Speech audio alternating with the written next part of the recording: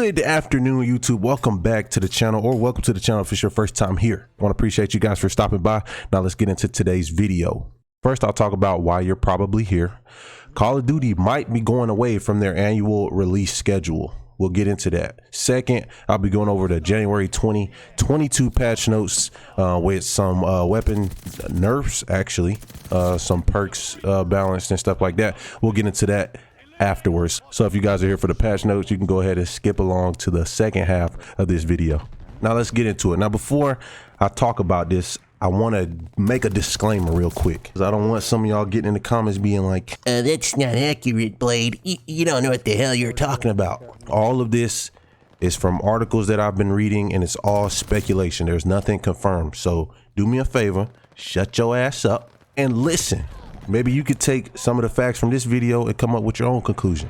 Everybody else, I am happy to hear your opinion. Now let's get into it. So, reading an article by Wesley Yin Poole, he says, Call of Duty could ditch its yearly release schedule, according to a new report. According to Bloomberg, high-level employees at Activision have discussed ditching Call of Duty's current annualized release schedule, which has been in place since 2005. I haven't played Call of Duty since 2005. Now, I have played some of the titles that were released back then, but when I really started to get into it was probably when a lot of people started getting to it, 2007, when Call of Duty 4 Modern Warfare was released.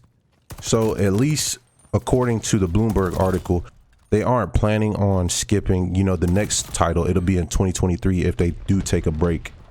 And the reason why I say break, because like I said in a previous video, Activision has been experiencing some employment issues like within their company. Words they use as, and I quote, employee misconduct and toxic workplace conditions and intense pressure on the company's hugely controversial boss, Bobby Kotick, who is also going to be out. I know in one of the videos I said I don't know if he's leaving or not.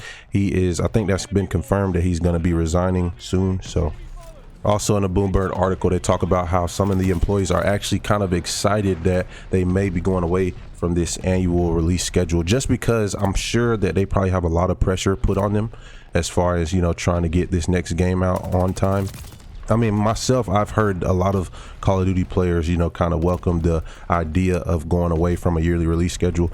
But in my opinion, I don't know if the issue is that people aren't liking the yearly releases. I think people love yearly releases because you get a brand new Call of Duty game, new campaign, new multiplayer, and sometimes new zombies every single year. That's exciting. At least it has been for me in the past few years. But are we sacrificing quality of the game?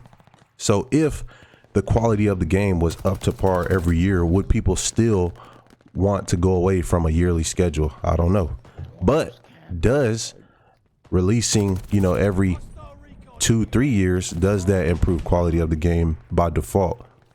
Something to think about. With Call of Duty's recent track record, these last 3 titles, I don't think that the quality has been there. But again, toxic work environment, people don't want to probably work, and they don't want to do their due diligence just because they're not being treated fairly. But it does seem that things are going to be changing at Activision, so hopefully the workplace environment will improve also. So in another article from Dex Erdo, I believe that's how you pronounce it, Call of Duty executives are reportedly thinking about moving away from annual releases of the FPS following poor Vanguard sales. After Microsoft's purchase of Activision Blizzard, many question marks have popped up revolving around Call of Duty. Many question if the game will remain on PlayStation or if the franchise will become Xbox exclusive. So that has been confirmed, at least in the meantime, that Xbox does not plan to take Call of Duty away from PlayStation. Like I said in a previous video, I don't think they would want to, tarnish their sales like that. Among other things, new information has now surfaced revealing what could be a huge step for the shooter.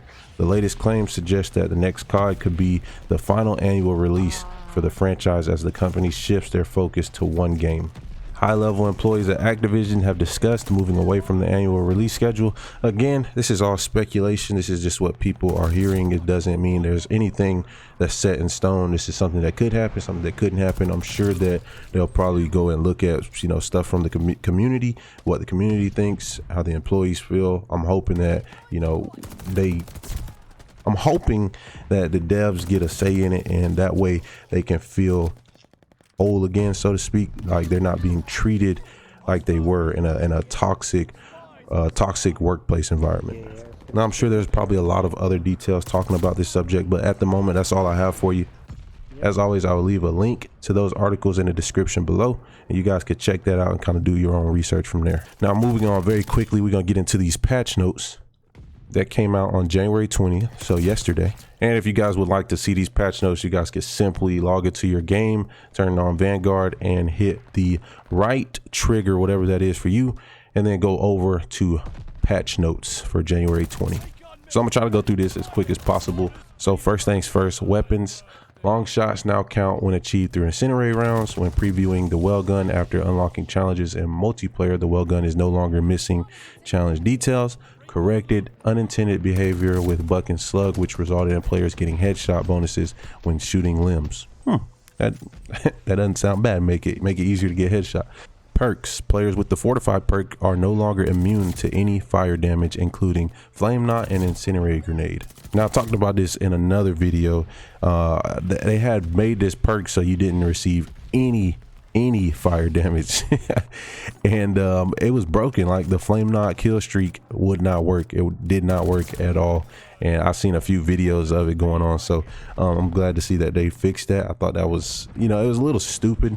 Kill streaks fixed an issue where some players would not retain their kill streaks in between rounds. Users can no longer gain infinite ammo with the kill streak bug exploit. Weapon balancing. Shotguns have all been nerfed. Akimbo double barrel shotgun damage has been reduced. Attachments, buck and slug range has been reduced. There you go.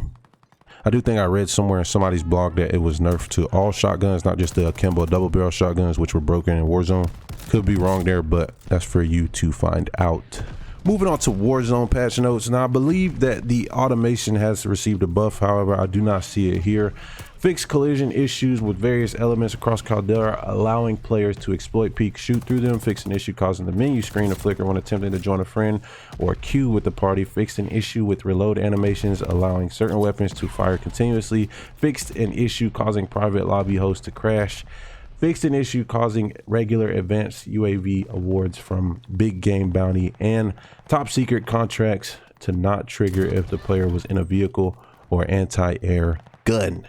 Weapons, like I said, I didn't see anything about the automation here, but I think I was watching a video or something. I don't know where I seen automation buff. Maybe that could be wrong, but it does have the katana. I don't know who cares about that. Maybe these knives only. Do like your channel. Katana received a buff. Damage increase from 135 to 150. Standing charge range increased by 36.5%, which is a pretty significant buff. Crouching range increased by 17%. Move speed decreased by 2%. So you'll move a little bit slower, but it seems like you'll be able to lunge a lot farther. As always, I am definitely curious to hear you guys' thoughts, and I will be responding to you guys in the comments below. And if this video has helped you out in any way, meaning giving you some type of information for Call of Duty that you didn't know before, go ahead and leave it a like. If you guys appreciate me doing the research for you, go ahead and hit that subscribe button, man, because I'm here to stay. And I'll make sure I'll be uploading every day for you guys. That way you guys can kind of get a gist of what's going on in the Call of Duty community. With all that being said, I want to appreciate you guys for your time. Thank you for stopping by. And as always, I'm going to catch you guys in the next video. I'm out. If you was 10 toes down, they wouldn't run you over. Put 4G auto rims on my Range Rover.